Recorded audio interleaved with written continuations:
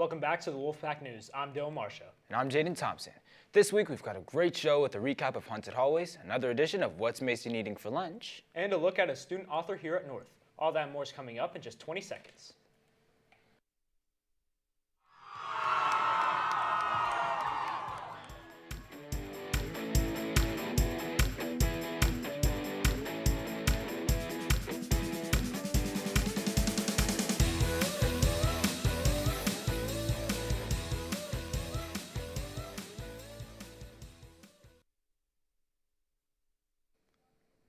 Last Thursday, October 13th, our Beta Club decorated the hallways for some Halloween fun.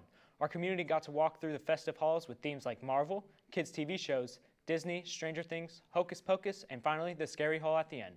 Now be prepared for some spooky vibes with the inside look of the halls.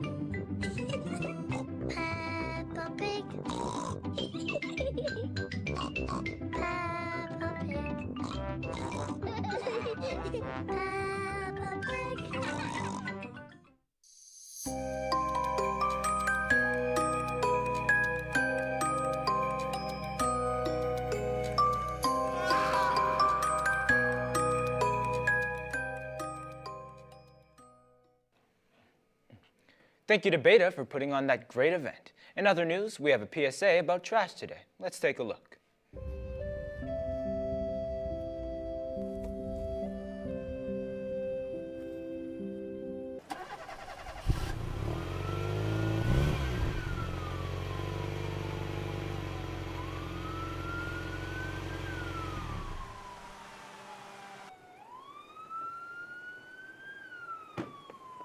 Get back here! Stop! Stop right now! Get back here! Yes! Stop! Stop! Right now! Stop!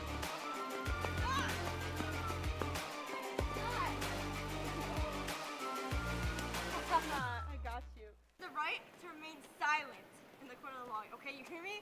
Anything you say will be held against you. I didn't do that. You did. I saw you with my own eyes. That was my twin brother. Okay, come on. Shut up. Come on. Oh.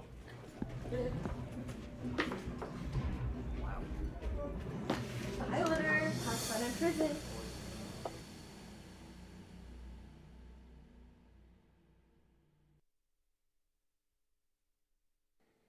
This week we have a new segment called Athlete versus Amateur. We put anchor Jaden Thompson up against cross-country captain Christian Cohen. Let's see how it went. All right, guys, so right now I'm here with our varsity cross-country captain, Christian Cohen, and he's going to be teaching me a few things today. So tell him a little bit about what you do.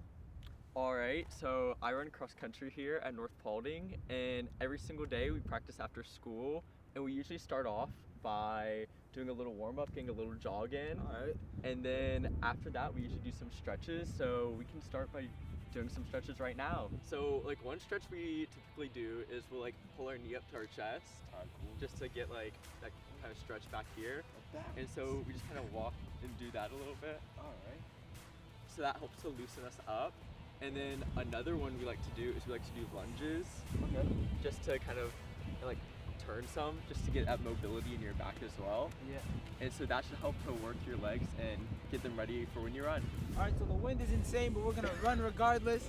Since we've already stretched, we're just gonna go ahead and do one lap around the track. All right, you ready? Yeah. All right, okay, let's go. Oh.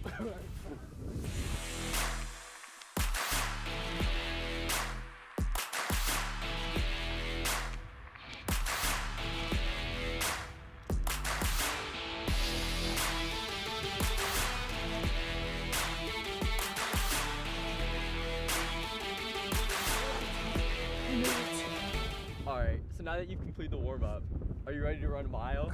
I don't think so. I don't know. You can do man. it.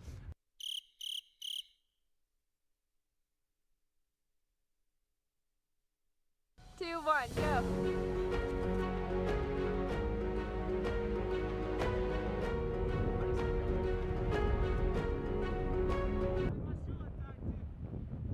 I don't think he's gonna make it.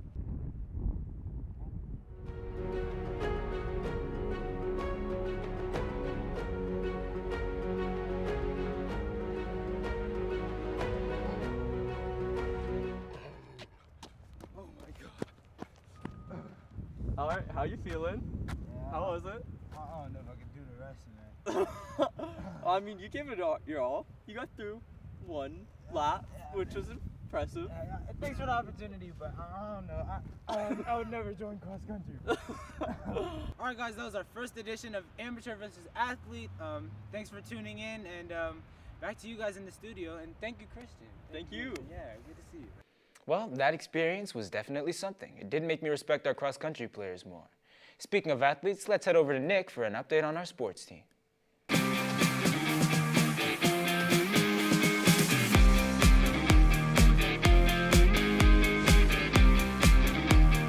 Welcome back to In the Den. I'm your host, Nicholas Vaughn. Today we have some great things coming up, so let's get right into it. Our softball super regional tournament started October 20th at 2:30 p.m. They will win and they will play for gold at 7:30 p.m. We wish our team the best of luck. Flag football team played a fierce game against Milton High School. Their next game will be against Walton at October 24th at Walton High School starting at 5:30 p.m. Come out to support our players. During the Coach Wood meet, our cross-country team did well, placing first in JV, and many individuals, Addie Boulevard, Julia Persons, and Autumn Baldwin, placing top 10. So many of our members were able to break up their personal record, like Abby Ray, Eli Wolven, Andreas Jones, and Daniel Nails, and many more. Way to go, team. The next race will be regional competition October 23rd, starting at 8 a.m. We wish our runners the best of luck. Our Raiders team competed October 15th and won first overall, once again placing first in the rope bridge, tire flip, cross-country relay, and the team run. They also placed second in the fitness test as well as the rope bridge boat race. Way to go, Raiders. The next meet will be October 22nd, located at Griffin High School, 8 a.m. Be sure to come out and cheer on our Raiders. During the cheer team's last meet right here in the den, the cheer team scored flying colors with their presentations. We also are very proud of our cheerleading team. The next meet will be October 22nd at Hillgrove High School at 2 p.m. Come out and support our girls. After a tough game last Friday, with our defensive players Daniel Pitts creating 9 tackles and 1 interception with 21-yard recovery, and Daniel Williams creating 2 big drive-stopping sacks. Our team is ready to bounce back against McEachern High School October 21st at 7:30 p.m. Be sure to go out to McEachern to support our pack. Well, thank you for watching this week's sports segment. Now back to you, Jay. Thanks, Nick. Last week, our chorus held their fall concert, and it went great. We interviewed the choir vice president, Emily Dilmay, to hear more about it. Let's take a look. Singing on stage, it is really exhilarating, but it can be very nerve-wracking at the same time. There's 3 classes. There is intermediate women's, men's class, and mastery women's. Here's a few clips of what our fall concert sounded like.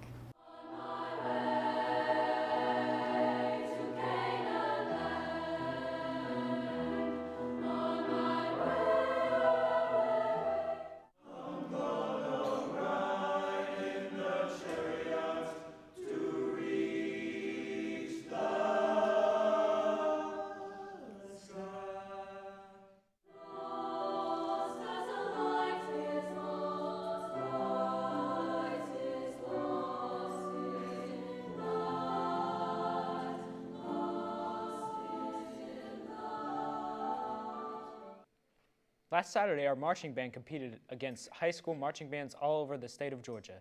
They received first in their region and third out of every band presented at the event. We interviewed Jackson Dunn and Pearl Smither for more information about the event. Take a look. Favorite part was probably during the award ceremony. We were standing out in the field and we got to listen and hear all of our names get called out. I think percussion got called out 3 times for positive things. We were first in our division and third overall, so that was a big accomplishment. So percussion-wise, we placed first in our division and we placed third overall out of the 15 bands. And then overall band-wise, we had 6 overall. The band has been working really hard. I mean, they work in class, do music in class. We do practice almost every day a week besides Wednesdays till 6:30. I mean, everybody just kind of works really hard to get the placement we do, and so hopefully we'll do really good at our next comp. We got to the school around 10. We had practice from 10 to 1:30, I think. And then we ate dinner and everything like that, and then we loaded up for the buses after changing into uniforms. And on the way there, we did makeup, hair, everything like that. And then when we got there, we had an hour practice, and then we performed. When you go out on the field, it's kind of just like you're so used to it by then, but it's still so exhilarating to do it for your first comp of the season or the last comp. It's just kind of fun, new experience every time. The marching band's next competition will be Saturday, October 22nd, located at Warner Robins High School for the Georgia Marching Band Invitational. They will start performing at 6 p.m. We wish our band the best of luck. One of our very own students here at North wrote and published a book about anxiety and the struggles that come with it. We talked to Sarah Muloff about her experience writing the book as well as what she wants her audience to gain from it. Let's see what she had to say. It's an illustrated book about the struggles of having anxiety. It shares some scenarios of what people who do have anxiety go through in their lives, and it can help them understand that what anxiety is saying about the world isn't true. I've always wanted to help other people with anxiety to understand that they aren't alone and that life shouldn't be a constant stomachache. And I also want people who maybe don't have anxiety to know what it's like for those who do and show them what they can do to help. I've been writing this book for about a year. For the first 3 months, I wrote it down on paper, and then I realized it would be easier to color digitally, so I began writing the rest on a digital art app. By writing this book, I have learned a lot about what goes into writing and publishing an illustrated book. I learned how much effort goes into making digital art, and I got to learn so much more about anxiety, how it affects everyone differently, and what I can do to stop anxiety from affecting my outlook on the world.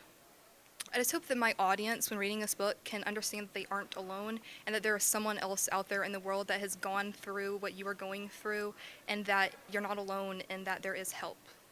What a great accomplishment by one of our students here at North. In other news, we have another edition of the fan favorite segment, What's Mason Eating for Lunch? Let's get right into it. Hi again, it's me. Today, Mason's gonna get Burger King. You know why? Mason is a king. And a meal fit for a king is Burger King, where real kings eat a kingly meal. All right. Austin may think there's only one true answer, but there's really only truly the one answer, and it's Dawn's! All right, so I was going to say Chick-fil-A, and I thought Zoe was covering for him, but I think it was actually hers.